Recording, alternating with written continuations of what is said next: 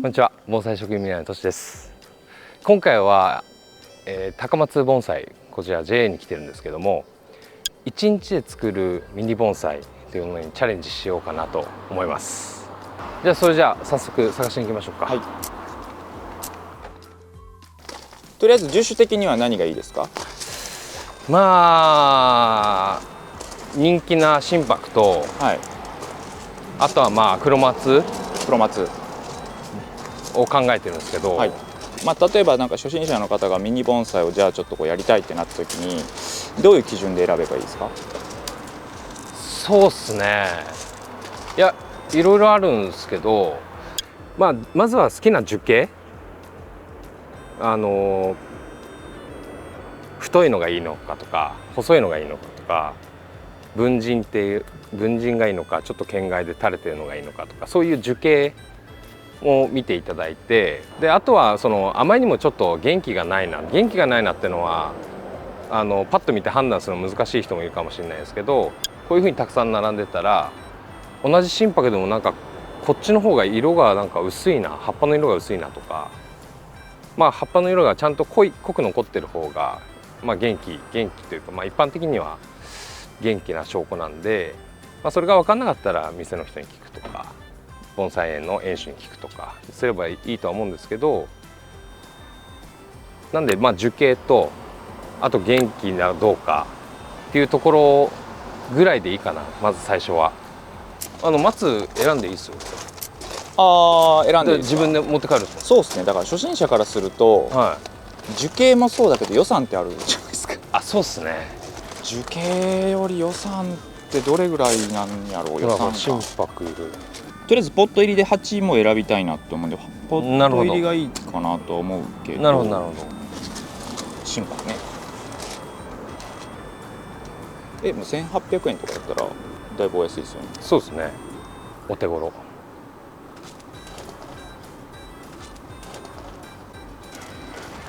もうちょっと大きい方がいいかな。もうちょっと大きいの。ミニ盆栽って言ったら大体どれぐらいのサイズになる？商品でいうと大体20センチ、樹高が20センチ以下ぐらいのちっちゃいやつ。はい、だからこれぐらいですね。わかんないですけどね。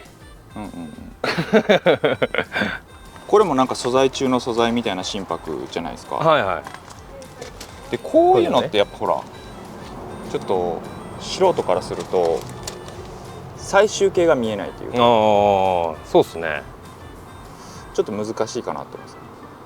そうですね。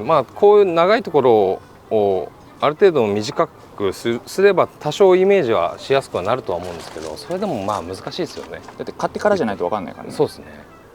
っていうのもあるから、買って切らないと分からない。これとかどうですか？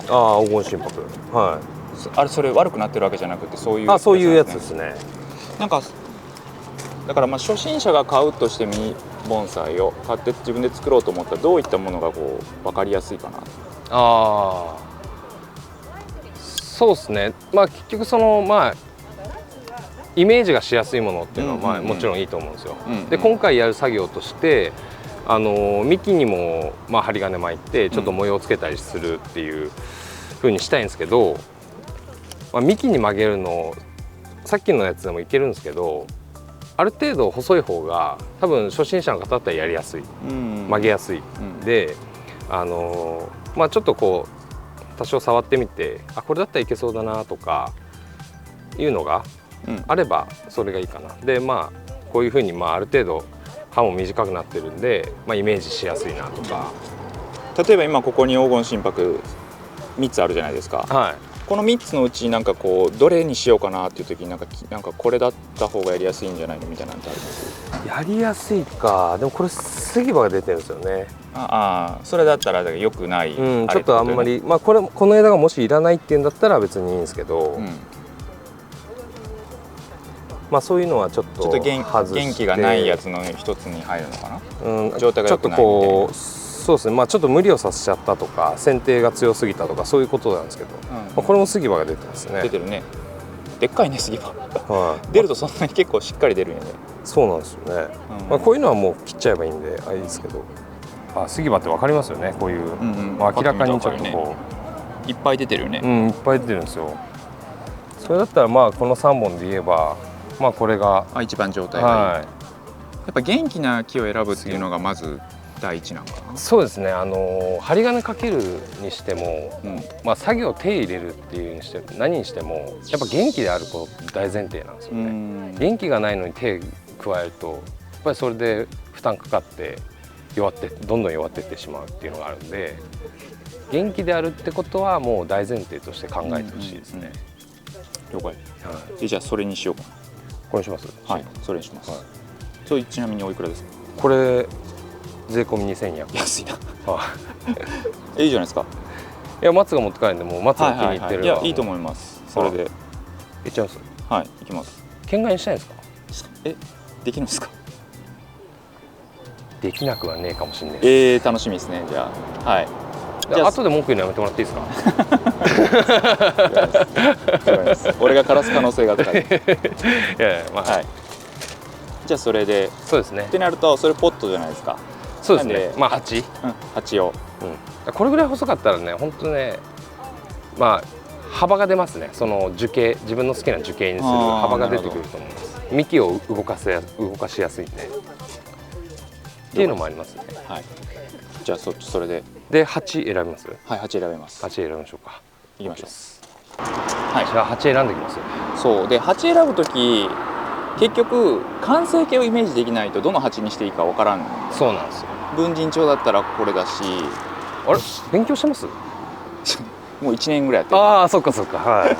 じゃないですか。そうなんですよ。そこってやっぱりじゃあもうこの時に出来上がりのイメージを作ってこういう形にしたいからこの鉢にしようっていう感じで選ぶか。そうですね。だから盆栽でやる場合は、まあ鉢がたくさんあるんで、まあ別にどれ選びやすいんですよ。だから買いに来るとなると、ある程度樹形をイメージしてこの樹形にはこういうのがあるなっていうものをもうその完成までそうですね。だからイメージした方がまあ鉢も買いやすいし選びやすいというか、っていうのはありますね。なるほど。かけた後に鉢に収めるっていうのは結構難しいの？難しくはないです、そんなに。例えばそのポットのままでどうこうするっていうのはやっぱして最後鉢だけっていうのもどうなの？ポットのまま針金かけて。そう。初心者的には完成形って言ってもやってる間に変わるかもしれないし。基本的には、ポットのままとか、まあ元の鉢のまま一回作業してそこから植え替えをするんですよ。鉢を変えるんですよ。なるほど。ちっちゃい素焼きの鉢があれば、まあ、ポットじゃなくてもいいけど素焼きの鉢に一回移してかけてまた植え替えする。そうなると例えばこれをやりますってなって、で松がどういうのをイメージ。県外がいいですか？県外がいいです。じゃあ県外これ1個じゃない、まあいいや。これがダバチ素焼きの鉢だとしたら、まあじゃあこう正面しようか、この角度でやろうかってなったらここで一回固定するんですよ、針金とかで。でこれで作業する、作業してこの形のまま鉢を移すっていう。もしこれを鉢に植えて作業するってなると鉢の中でまだ根っこ張ってないから、そんなにグラグラの状態で仕事しなくちゃいけないですよ、そうなるとうまく仕事ができないんで、もう角度を決めたら大きめの鉢にこの状態ですよ。別にここから引っこ抜かず、この状態で置いて角度を決めたら固定して仕事です。なるほど。じゃあそういう作業するようなやっぱダバチみたいなのはあった方がいいね。まあそうですね。こういう何かなんていうの、角度を固定できるものがあった方がいいです、角度を変える場合は。なるほど。でまあ今回はですね、まあちょっと動画の都合上先にもう木も買うし鉢も買ってっちゃうんですけど、鉢ね県外っぽいのを作りたいなっていう時に合う鉢の形とかあったんですか？やっぱ、まあ、県外だったらこうちょっと縦長とか、まあ、いうのがあるんですけど、そうだなだからこういうのでもいいと思うんですよ。こういうのが面白いんじゃないですか。なるほど。これでまあこっちに仮に落とすとしたらこういう感じになる。はいはい。あ、可愛いですね。イメージが。まあもっと枝を落としてきますけど。ちょっとミニ盆栽っぽい。はい。はい。で特にまあ心拍とか、心拍はまあ強い樹種なんで、こういうこれまあクラマザラっていう人工のクラマザラなんですけど、まあこういわゆる覆われてないですね、鉢みたいに。でもそれでも生きていけるんですよ。心拍とか五葉松。だからその水がそんなに保水力がない鉢でも大丈夫ってこと？いけるんですよ。ああ、なるほど。はい。だこういうのでも面白いですよね。もうそれでいいです。これでいいんですか？それいくらですか？税込み660円。安い。2つで2860円。安いですね。はい。じゃあそれをちょっと買っていきましょう。はい、じゃあ戻ってきました。でこれを早速じゃあやっていきたいんですけど、一回ボスに見てもらえますか？はい。ボスすみません。これ松がこれをまあこの1日でというか短時間で仕上げてっていうオーダーがあったんですけど、県外にしたいと。まあ県外しやすいわ。でもこの人は嫌いやけど。黄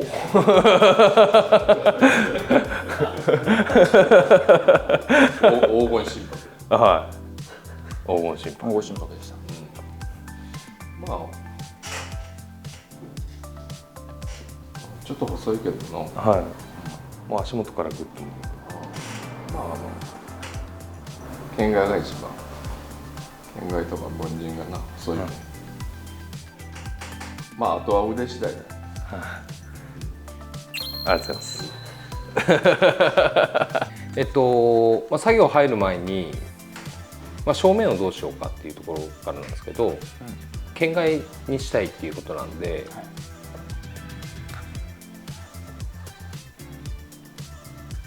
作りやすさで言ったらここからぐっと下がっていく感じかなと思うんですよ。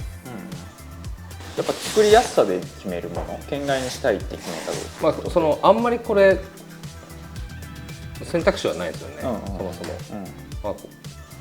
こうぐるっと見ていただくと、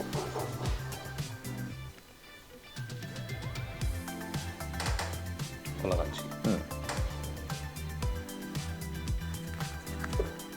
じ、でこういうふうに落としていこうかなと思うんですよ。こっちでもこっち正面でこっちを落としてもいいんですけど、最後のこの流れがですね、今頭がこれにあるじゃないですか。これがこっちにあったらまだこう作った方が作りやすいかもしれないですね。横から見ると、ここに頭があって、ここ中心があって、もしこれがこっち側にあったら、こう作りやすいかもしれないです。ああ、なるほど。もしこの状態でこっちから作ると、この頭をこっちに持ってくるっていう、県外だから、こうなるか。なんで初心者の方がやるんだったら、横から見て、中心からこっちにあるんで、こう作った方が作りやすいかなと思います。で下げるってこと？で下げる。あとの他の枝は後で抜きますけど、それは説明しながらじゃあやりましょうか。はい。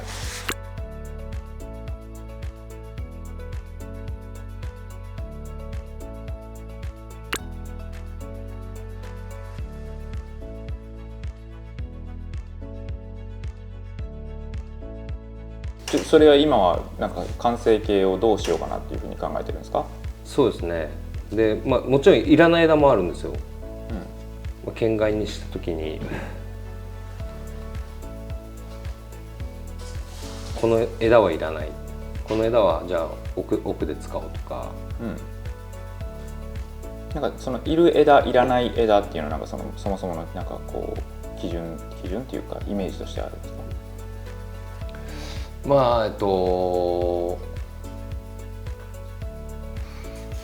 なんて言えばいいんですかね。県外のイメージでこうですよね、正面。ここからグーッと下がってきますよね。でどちらかというとこっちに固まりますよね、こう、イメージ的には。ここで三角形が作られるみたいなイメージ、なんですごく簡単に言うとここの三角形からもうはみ出るやつっていうのがまあそんな別にいらないとか、まあ意味枝っていうのもありますけどね、例えば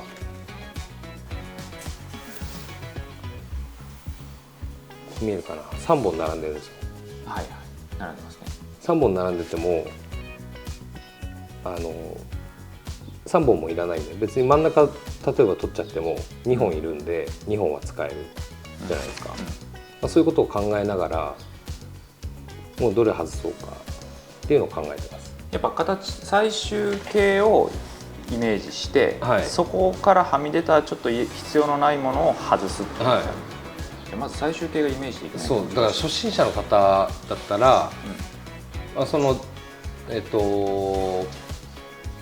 県外にしたいっていうイメージが例えばあるじゃないですか、でまず幹をこうやっぱ下げていかなくちゃいけないですよね、で下げた後でもいいです。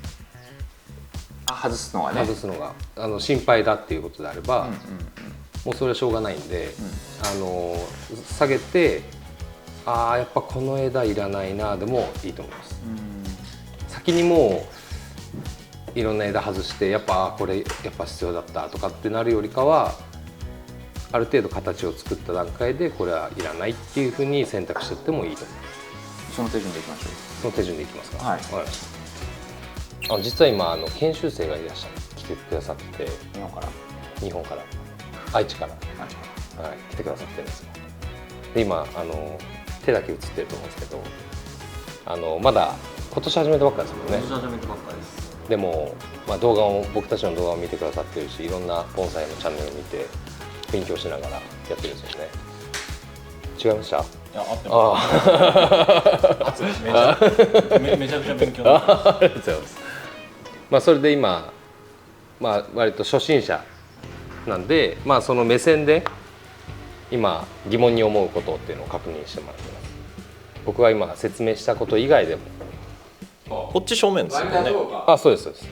でこうしていくみたいな感じですね。思いっきり下げて、角度的に言ったらこんな感じから下げるんですけど、ここも曲曲がりがあるじゃないですか。こういうそうですよね。畳みやすいみたいな畳みやすいありますね。こうなってるのをぐーっとできるとギュッとコンパクトになるんで。こういうのとかはもう落としちゃうんですか？こういうのとかこういうの。県外なんでこれを下げて、ここら辺に1の枝が欲しいんですよ。そのために使えるかどうかっていうところなんですけど、そういうことですね。結局棚をどんどん積み重ねていって、一つの形を作るんですけど、その棚の役割を担ってくれるかどうか、それがもし担ってくれない別に不必要な枝だったら取ってしまう。なんかもうこんだけ細かったらいらないのかなって思っちゃいました。そうですね。でも使えたら使おうかなぐらいで。でも結局全体的に細いんですよ、枝がもう割と。自由は利くんですけどね、ある程度曲げやすいんで。なるほどな。勉強になります。そうです。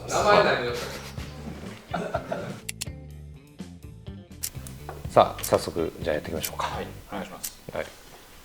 で杉葉のさっき話で止まったと思うんですけど、もう杉葉はこういうのもいらないんで先にこういうのは取っちゃって、である程度すっきりしてるとイメージもよりしやすくなるんで取ります。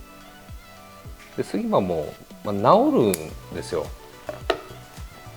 ういうところでもともと杉葉出てても先の方でちゃんと心拍のこの葉っぱが出てくるっていうのはあるんですけど、それ治るのにも結構時間かかるんですよ、年単位で。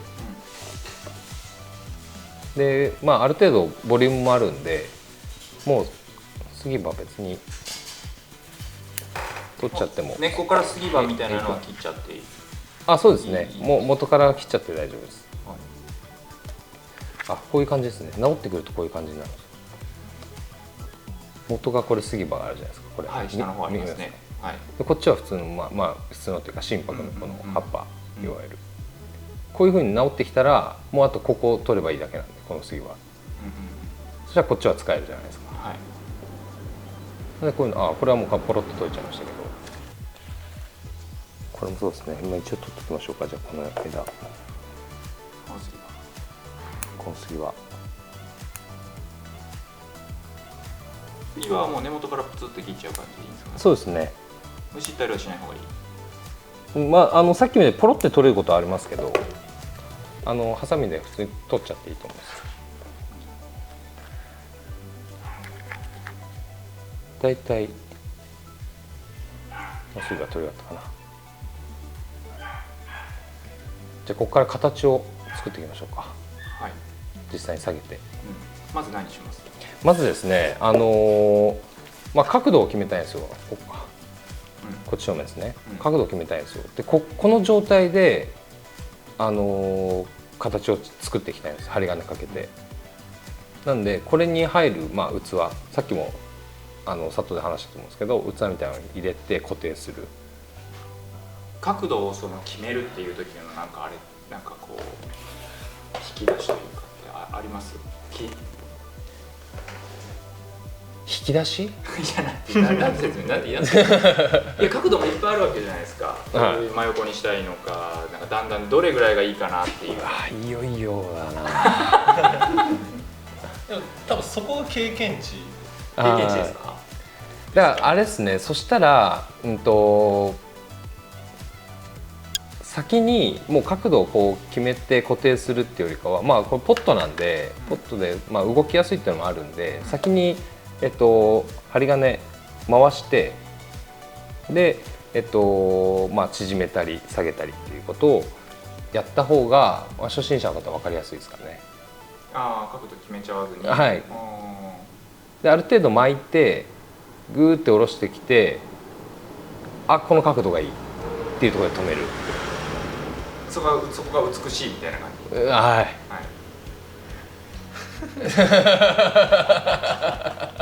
ボスどうですか？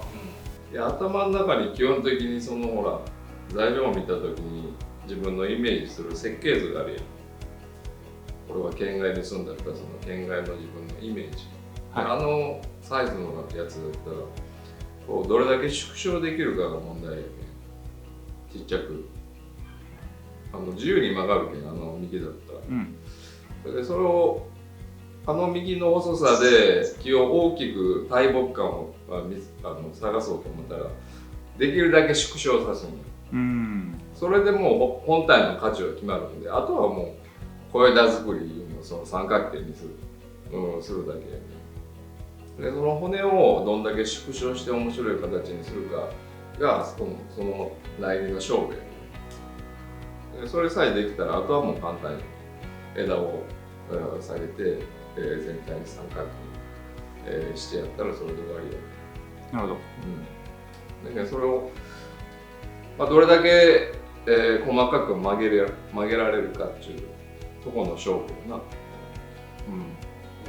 だけどある程度こう自分の、曲げれるだけ曲げたらその形が本体が見えてくるんで、本体のイメージが。でその方が枝の取り方や何や分かりやすいんで、だけどとりあえず最初にもうできるだけ曲げてみる、畳んでみるという、で角度決めたらいい、後で。なんで骨を作っていきましょう。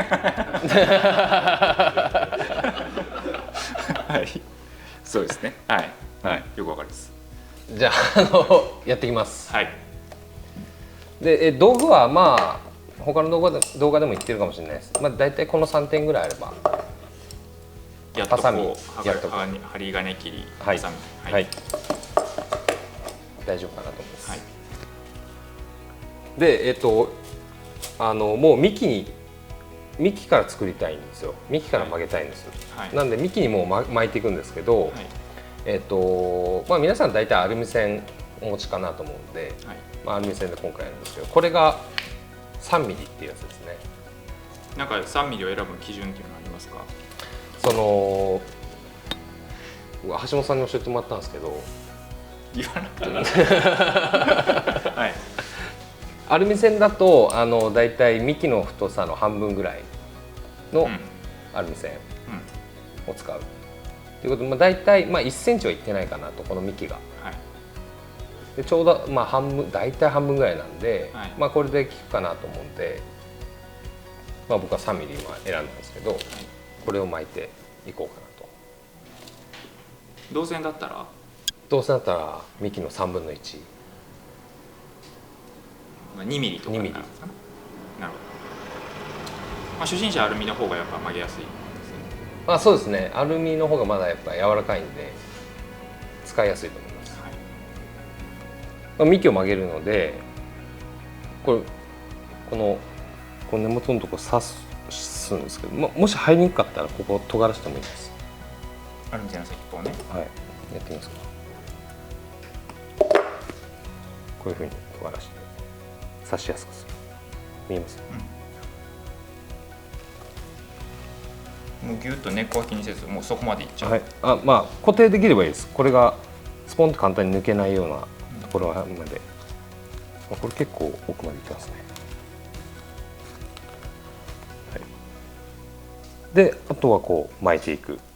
幹を曲げるんで、巻く方向ですね、巻き方なんですけど、正面こっちで、横から見るとこうなんですけど、真横から見た時に幹がこっちに行ってほしくないんですよ。ちょっとのけぞってる感じになるんで、もう極端に言えばこっちに持っていきたいんですよ。だからこういう巻き方、前に行くようにこう巻いて、倒す方向に巻く。はい、これでいうとこっちですね。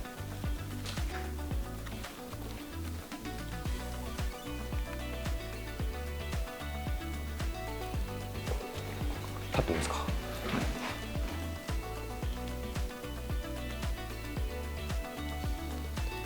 そのアルミ線の巻き方みたいなのはですね、針金かけ初級編をそうですね。でやったような内容ですね。はい。今あれなんですけど、ここ曲げたいんですよ。曲のところを。はい。こことここをこうくっつくぐらいの感じ、イメージ。はい。今ちょっとこれ悪い例なんですけど、これとこれアルミがかかっているとこってあんまこう割りにくくなるんですよね。だからこの場合もうちょいこっちの方がいいですね。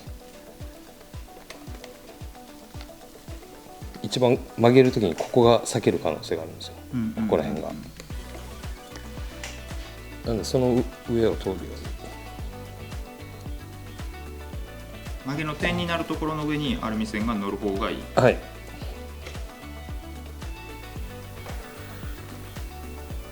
っぱ上の方も上の方も先までかけてしまわなきゃいけないわけでしょう。そうですね。なるべくここら辺かな。それ曲げながら何考えながら曲げるんですか？いろんなこと考えますね。さっきのその割れないようにとか、ここ曲げるから通るようにとか、あとはこれの場合だったらそんなあれですけど、次これかけるからここの枝かけるからとか、そのなんて言えばいいのかな、ちょっと見ながらいきますか。なんか初心者がどの点を気をつけて巻くべき、そのさ、例えば曲の上をアルミ線を通した方がいいとかって言うけど、それってもうここを曲げたいってないとわからんわけじゃない？そうですね。だから、これだとすみません、後で言おうかなと思ったんですけど、もうあらかじめこういう曲になってるじゃないですか。もともとがね。もともとが。はい。だこれってこうしやすいじゃないですか。はい。これを逆にこっちに持ってってこうするって、すごいリスクがあるんですよ。傷めるリスクがある。はい、こっちだったらこう、こっちだったらこうってしやすいじゃないですか。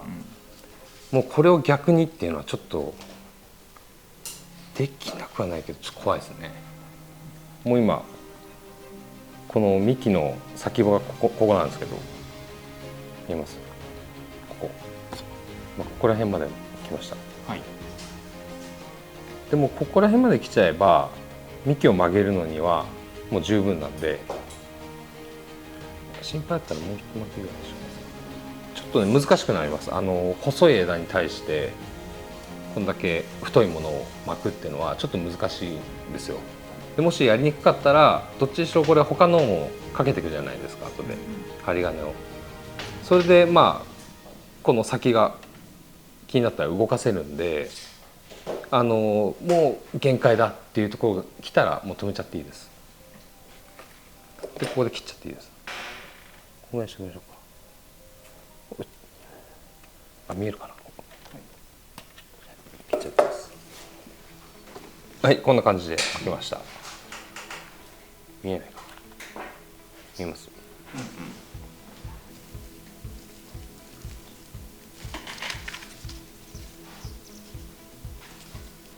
大樹さんどうですか？なんかとりあえずあれですもんね、この大きい太いとこだけ巻いたってそうですね。はい。それはなんかできそうなんですか？これはなんかいけそうですよね。はい、なんかここの背中の部分にこの針金を当てるっていうところが、最初は難しいんじゃないですかね。ああ、そうかもしれないですね。狙ったところにこう持ってくるっていう。どういうことですか？アルミ線って言っても3ミリなんである程度硬さがあるんですよ。やっていくとここに、ここを針金通過させたいって思ってもそのちょっとずれちゃうことがあるんですよ、よく。結構やっぱ慣れてないからそのピッチも同じようにするとかも難しかったりするし、特に硬いと、そういうのが初心者の方だとちょっと難しいことがあるかなっていうお話です。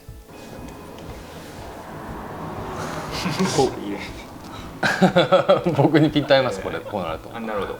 これ上手にできてるんですか？うまくいけてますか？大丈夫ですか？これで、曲がると思うんですよ。ああ、そうなんですね。はい。で曲げる時これそれこそイメージしやすいかな。こうなってるじゃないですか。ここをまず曲げようかなと思うんですけど、はい、よいしょってやんないでくださいね。片手で。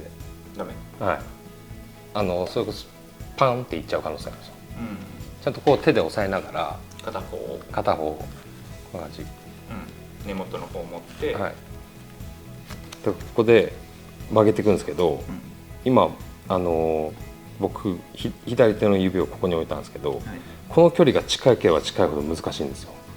極端な話ではここから曲げちゃった方が力は入りやすい、曲がりやすいんですけど、そうするとこっちまで曲がっていっちゃうんで、先の方まで曲がっちゃうんで、ここではなくちょっと離したところからフーッと曲げる。そんなに力はいらないです。ここのちゃんと曲げるとき見てほしいんですよ。この割れないかなっていうのを。その曲のところ。はい。だいぶ曲がりましたね。わかります。同じ要領でもうこっちも曲げられるんですよ。これ今それこそこうちょっと90度に近い形になってるんですよね。こういうのも曲げちゃいたいんですよ。よりコンパクトになるし。それはもうそこで曲げちゃって。いいですか、曲げて。曲げていいです。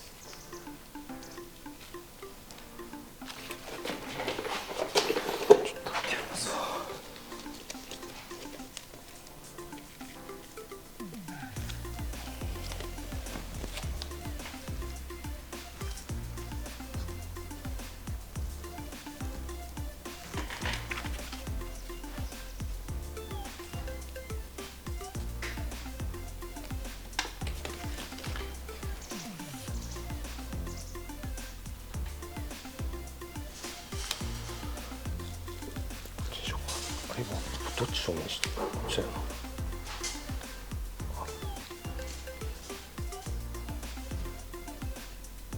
こ曲げて、ここ曲げた。曲がりました。はい。ちょっと90度のところ見せてもらっていいですか？90度だったっていうところちょっともうちょい曲げます。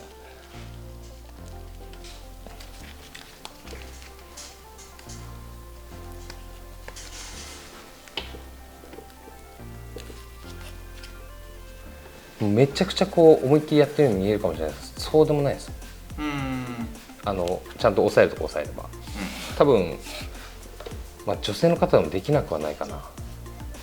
3ミリでもと思うぐらい。結構曲がったっすね。結構曲がりました。多分ビフォー見ていただければ。こ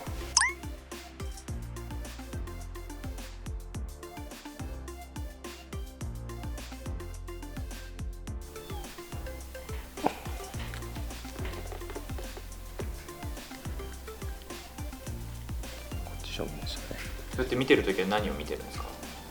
確認してます。こっち正面でした。正面クッて縮めるじゃないですか。そうするとその最初とはやっぱ形が変わってくるじゃないですか、全体的なもの、そう確認しながらまあただこう縮めるのか、ちょっとずらしながら縮めるのか。ずらしながら縮める。はい、逆に縮めすぎちゃったかなとか。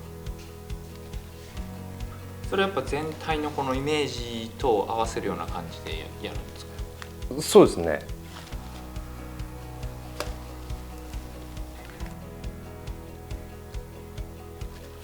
ちょっと県外になります。途中こっちだから。あ、途中。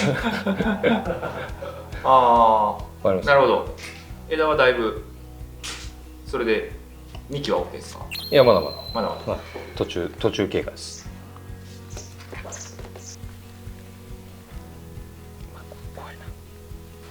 怖いなっていうあれは飽きていそう。いや曲げるところにかかってなかったです。そういうこともあるんですね。はい。はい。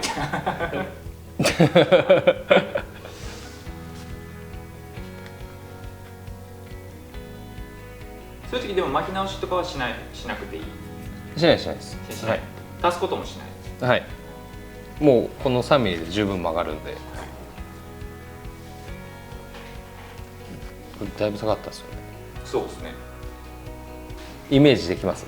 僕ですか？はい。全くできないです。いや例えば、これいらなくないですかとか。それはそうですね。はい、あとこれがだからこう上がってくれるんですよね。そうですね。きっと。はい、こうってなるとこれがいるかどうかちょっとわからないよね。これもちょっとわかんない。でもこれはもういらないですよね。そうなりますよね。はい。そういう感じで取っちゃっていいんですよ。ああ、なるほど。でこっちの方がイメージがしやすい。ある程度作った方が。まあこのぐらいで一応。はい。だいぶ倒さない。これで頭だけ。ありがとうございます。まあでも曲げれるだけ曲げる。曲げれるだけ。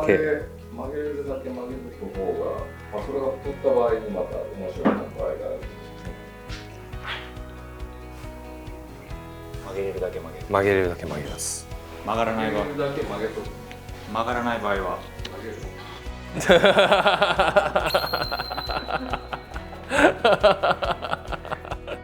はい、じゃあ、これボスに OK もらったので、ここから作業を続けていきたいんですけど、ここから初心者ここからの作業っていうのは小枝にも針金をかけていくんですよ。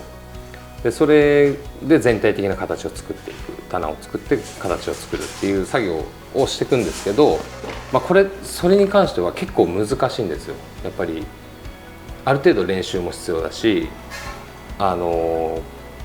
すごい細かい作業になるんで、それをじゃあ初心者の人がそこまでやってくださいっていうと結構厳しいんですよ。なんで、初心者向けの、作業としてはいらない枝を落とすところまでやれたらいいかなと思います。で落とす枝なんですけど、これ見てわかるかな、僕の角度だったらよく見えるんですけど、こういうのをこの真下に出てる枝、これこれ、いわゆるイメ枝っていうんです。さっきの元の形だったら別にそんなことなかったんですけど、ごめんなさい、元の形だったらそんなことなかったんですよ。だけどこれが角度変わることによって真下にこう伸びてきちゃってる。手前のじゃなくて指でこれもそうですね。その2本ね。はい、その2本。やっぱそれはやっぱ切って落としちゃった方がいいんですか？いや、使うなら残しといて大丈夫です。だから、何でもかんでも下に出てるからじゃあ取ろうっていうよりかは、これ使えそうだなっていう上から見たらこう扇形に作るんですよ。棚を扇形に作って扇形に作ってこういうふうになるじゃないですか。で例えばじゃあここ、上から見た時ね扇形ってなるじゃないですか、ここが足んないと、でここのがまあ、なんて言えばいいんだろうな横から見るとこうなってると、こうなってると、でこれ下向いてると、じゃあこれをうーっと持ってきて、ここで扇形を作る、綺麗な扇形を作るためにこれ使いますとかはあります。それってこう下向いた後にこうなることになるじゃないですか。元からですね、あまりにももうなんていうのかな、こういうやつ、こういうやつはもう使いにくいですよね。使いにくいですね、やっぱり。でもまだこう使えそうなやつ、あまりにも極端にもまっすぐ下に出てるとかまっすぐ上に出てなければ、まあ、使えるんですよ。扇形が作りやすくなる。あとはまあ缶抜き枝って言うんですけど、幹があったらこっちから同じ場所から出てる、だったらもう片方落としちゃおう。でやっぱりこう出てる方が理想なんですよね、交互に出てる方が。だからこう出ててこうのこうだったらこっち落としちゃおう。そしたらこうなるっていうようなイメージ。それが細かいところもそうなってくるんですよ。例えばちょっとちっちゃいんで分かりにくいかな。これ今これ取ったらこれって交互にくるじゃないですか、でもここもまあもちろん缶抜きになってますけど、残したいのはこれなんですよ。これもういらないかって言って落としちゃう。そこの缶抜きはいいんですか？でここももちろん落としていいんですよ。落としていいんですけど、これの次のこれがないんですよね。なるほど。ここがあったらもう確実に落とすんですけど、心配だったら、一応取っといてみよう、ボリュームがもしかしたらここすっぽり開いちゃうかもしれない、これ取ったら、っていうことだったら残しておいてもいいです。僕は取ります。なるほど。取る理由はまあすっきりするし、これを結局こっちに持ってこれるんですよね。抜いた方のところにこいつがカバーできるんですよ。でこういうふうに広げたらここでこう扇ができるんですよ。で扇ができる時に例えばじゃあこれちょっと見にくいところにあるこの下から出てるやつ、これまさにこれ下から出てるやつ、でもこれも使えるんですよ。順番としてこれになっちゃうんですけど、もしこれが使えるんだったら、方法としてちょっとこっちに向いて、これがこの枝ですよ。この枝がこっちちょっとグッてなったら、こことここの間にスペースができて入れられるなとか。あとはもっと細かいところに行くとこういう葉っぱ、こういうところはもう邪魔になるだけなんですよ。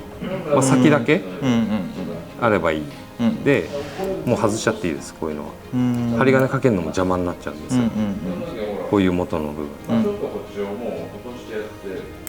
これだけでもだいぶすっきりするんですけどね。この葉っぱを落とすだけでもすっきりするんですけど、ここもすっきりしたじゃないですか、さっきより。そんな感じで、じゃあ扇を作るにはどの枝が必要なんだろうとか、これとこれ缶抜きになってるからどっちか取っちゃおう、交互に出ててほしいんだけど、交互になってないから取っちゃおうとか、そこら辺だけでも押さえておけばだいぶすっきりすると思います。で初めのちょっと意味枝みたいなのはとりあえず初心、棚作るんじゃなかったら落としてもいいし、でそうやって交互にこう葉っぱをそうですね、出せるところはかぶってるところはちょっと抜い切っちゃっていいんじゃないの、みたいな感じで分かんなくなったらこれ落としていいのかな、落としちゃダメなのかなっていうのはもうカバーできるかどうかなんですよ。他の枝がね、他の枝でカバーできるんだったら落とした方がすっきりします。針金もかけやすいし、かけるならってことですね。でなるほど扇が作れるっていうのをまあ選んで取っていく、まあ、この枝でいったらなるほどっていうのを各枝ごと見ていく。各枝ごと見ていく。これも結局そうですね、ここ2本出てるんですよ、同じ平行で。はいはい出てますね。これとこれ、はい、でこれとこれがちょっとまあ缶抜きっぽい、そしたらじゃあこれいらないじゃん。なるほど。その上側というか先側のそれいらないってことですね、今つまんでる方が。正確に言うとこんなとこが出てもまあ使いにくいっちゃ使いにくいんですけど、まあまあ使えるんですけどね、だけどまあまあこれとこれ、これとこれ、だったらもうこっちを落としちゃった方がいい。なるほど。交互になります、っていう感じですね、そしたらもうこの枝大体もう決まります。なるほど。1本終了です、じゃあ次行きましょうっていう感じでやっていけばだいぶすっきりすると思います。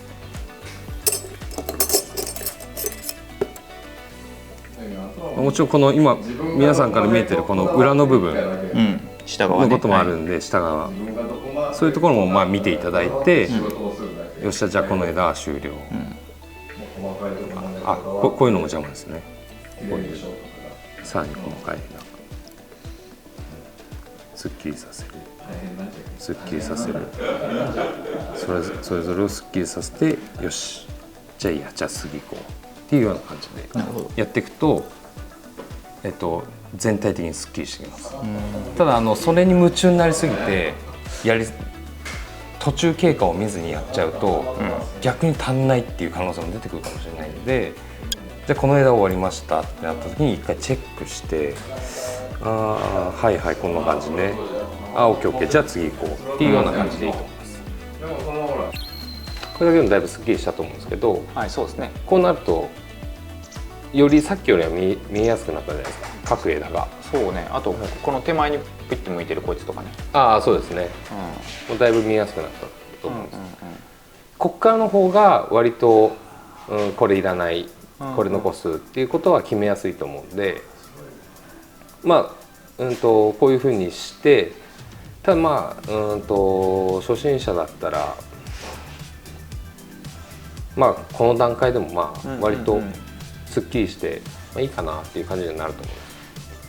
あとは練習材料になりますし、とりあえずここまでやる、ここまでやれればまあ十分かなと思うんですね。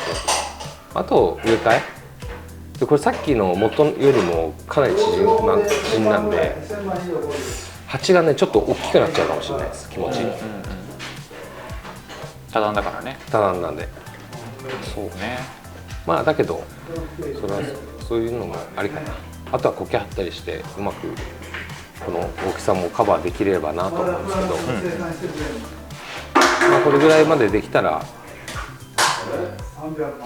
初心者のレベルとしてまあいいかな、そこからまあ次を目指すんだったら針金をかけるっていうのでいいかなと思います。じゃあ植え替えしていきます。なんかあれですか、やっぱ買った時でサイズ鉢合わせしたんですけど、畳んじゃったからちょっと鉢が大きくなっちゃったんですかね。そうですね、鉢ちょっと大きくなったんで、まあ、空いたスペースに石を入れようかなと思います。空いたスペース。元からこれ、まあ、幹は細かったんですけどね、で変な空間がちょっと大きくできちゃうんで、まあ、その空間を埋めるように石を入れようかなと。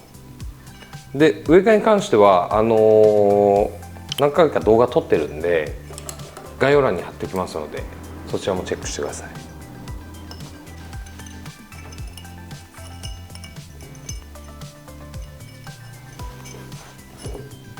穴が開いてないから網で留めるやつやね。そうです。針金用の、まあ、これで鉢はもうセット完了なんで。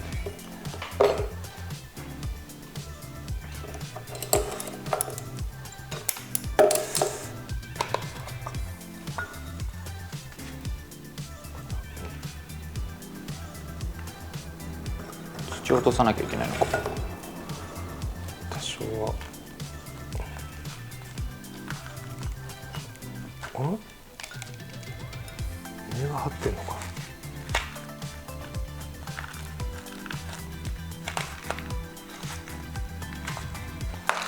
っしゃ。これはなんかそうやって県外町の植え替えるときになんか気をつけることとかあります？コツ？コツというか、こう植えるじゃないですか。うんもともとこう植わってたから、うん。こう植えるとなると、ここ水平にしなきゃ。はい、ここを水平にしたいんですよね。うんうんだからちょっとこっち多めに削る。うんうん。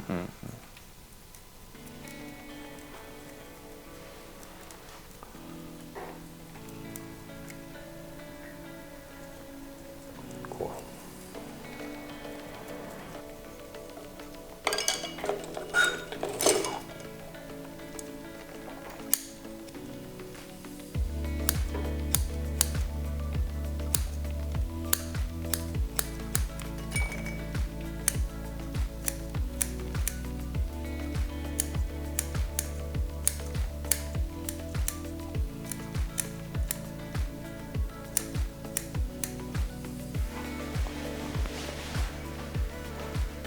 う石入るかな。逆に難しそう。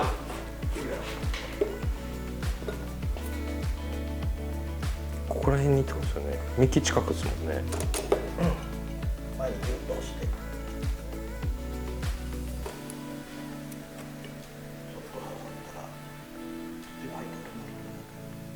これぐらいかな。もう一回土入れてみようか。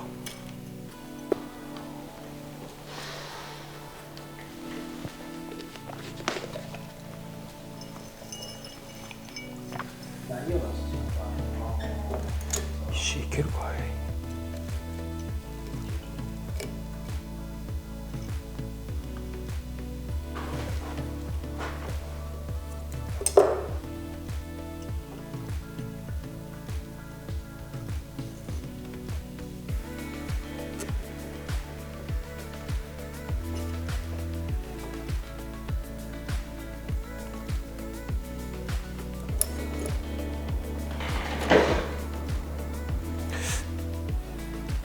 あれ角度変わってる。こ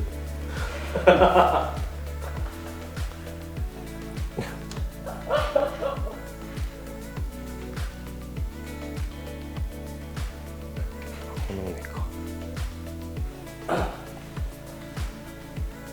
予定でもっと枝が下にあるようなイメージがあったけど、ああ、これでグッて上げました。ムカついたんで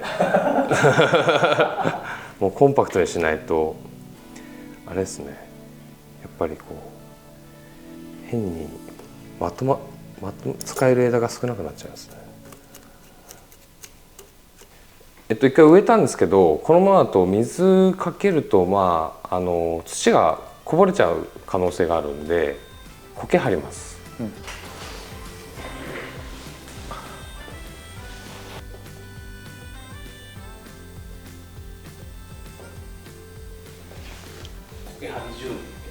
はい。やっぱり苔張り10年って言いますよね。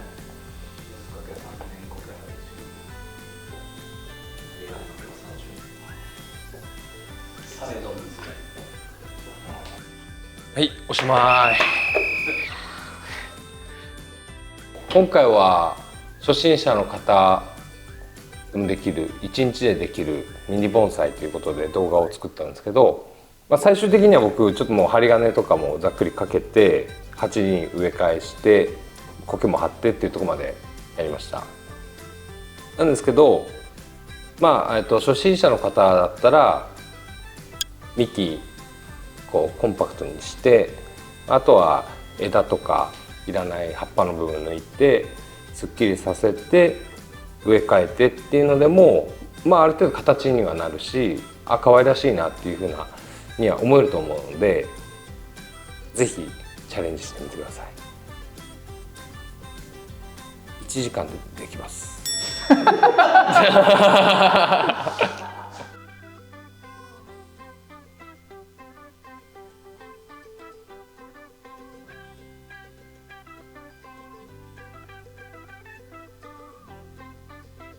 じゃあまた次の動画でお会いしましょう。バイバイ。